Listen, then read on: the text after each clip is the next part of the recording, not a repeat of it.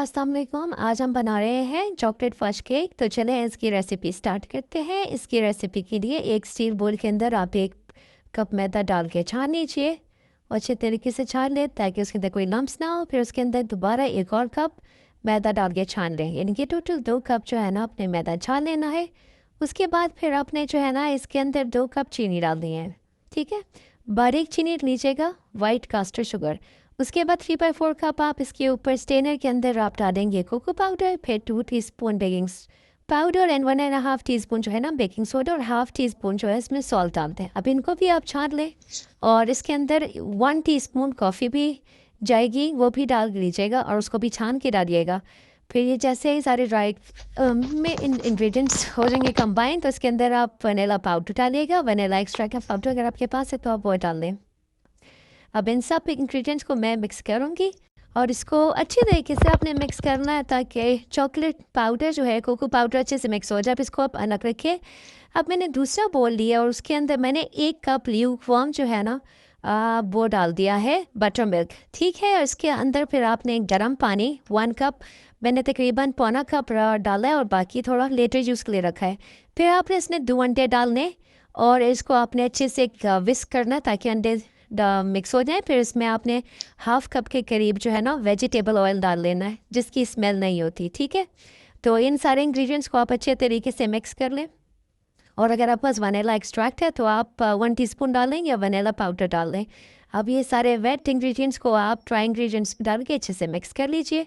आपने इस तरह से मिक्स करना है कि इसके अंदर कोई जो है ना लम्प्स ना हो। अगर कोई लम्प्स बन रहे हैं तो आप इसके अंदर वो जो पानी हमने लेटर यूज़ के लिए रखा था वो डाल सकते हैं।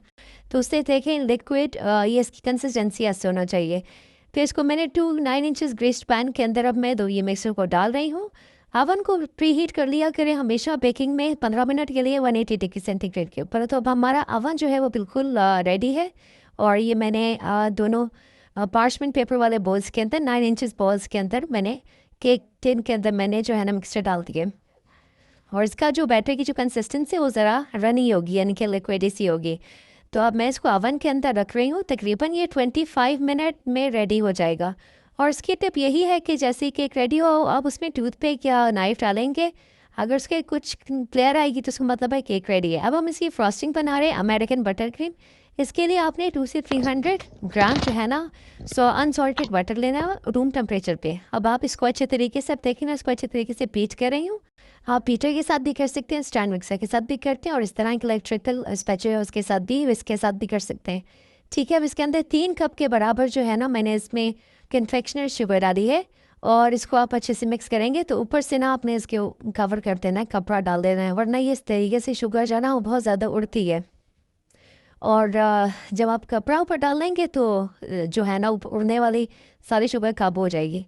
तो अब ये देखें इसकी इस तरह क्या इसकी शक्ल निकलेगी। फिर इसमें मैंने जो है ना मिल्क चॉकलेट जो है वो मेरे पास मेल्टेड पड़ी थी रूम टेम्परेचर पे, तो मैंने वो भी इसमें डाल दी मेल्टेड फॉर्म में और इसको मैं बीट कर रही हूँ।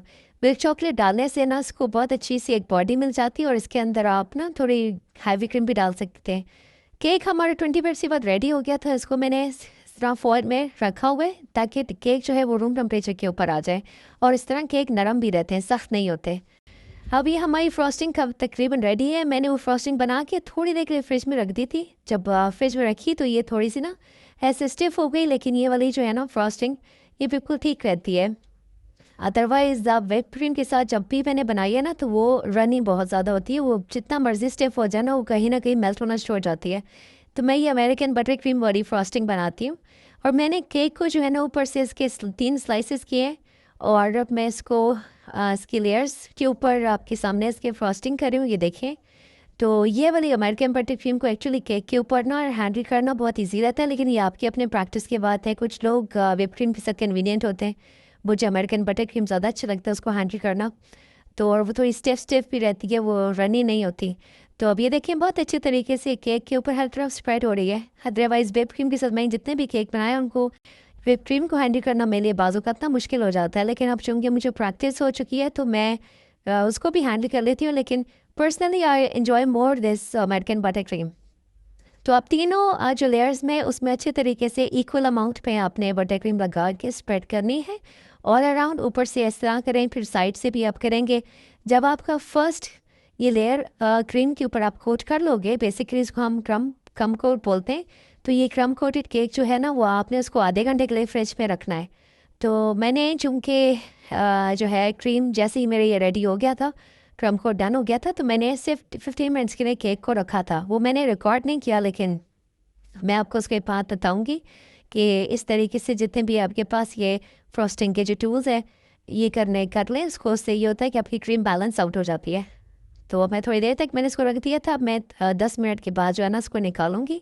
अब ये देखिए, मैंने ऊपर डालने से पहले इस तरह का एक लेयर केक वाला जो है ना, लेयर बेकरी वाला केक की तरह का एक मैंने डिज़ाइन देने की कोशिश की है। तो खैर ये अब ये देखिए, मैंने इसको 10 मिनट के फ्रिज में रखा था, थोड़ी सी क्रीम सेट हुई है, फिर उसको दोबारा से मैंने इसकी क्रीम बैलेंस आउट की है। तो ये इस तरह से ना आपका, और मैंने दूसरे जो, और साथ साथ जो है ना आप साफ़ सफाई ज़रूर करते रहें, ताकि जो है ना उससे आपका केक बहुत नीट लगता है। फिर मैंने जी एक पाइपिंग बैग के अंदर एक नोज़ल, उसके अंदर पिन, उसके नोज़ल जो है मेरी फेवरेट ये नोज़ल है, उसके अंदर मैंने डाला है। और अब मैं ये वाली डिज़ाइन बना रही हूँ। आपका जैसे दिल करता है आप इसको डेकोर कर लें, लेकिन मुझे ये नोज़ल टिप जो है बेसिकली बहुत ज़्यादा पसंद है।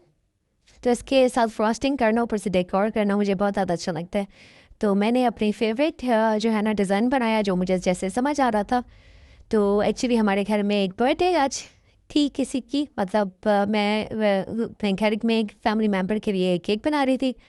तो मैंने चूँकि और भी अरेंजमेंट्स करने थे, इसलिए मेरे पास टाइम शॉर्ट था, तो इसलिए मुझे जो डिज़ाइन समझ आया तो मैंने वही डिज़ाइन बना लिया। तो बहरहाल ये आप रेसिपी ट्राई कीजिएगा और मुझे भी बताइएगा कि आप लोगों का केक कैसे बना अलॉन्ग विद दिस फ्रॉस्टिंग। तो हमारा केक तकरीबन ऑलमोस्ट रेडी हो चुका है। अब हम ऊपर से जो है ना, मेरे पास ये कैडबरी मिल्क चॉकलेट पड़ी हुई थी, इसको मैंने ऊपर से इस तरह से करके काट के और हमने ऊपर डेकोर करके बना फिर इसको डाल दिया। ये इसकी फाइनल लुक है। मेरे चैनल को ज़रूर सब्सक्राइब कीजिएगा। चलिए अब मिलेंगे नेक्स्ट व्लॉग में। ओके, अल्लाह हाफिज़।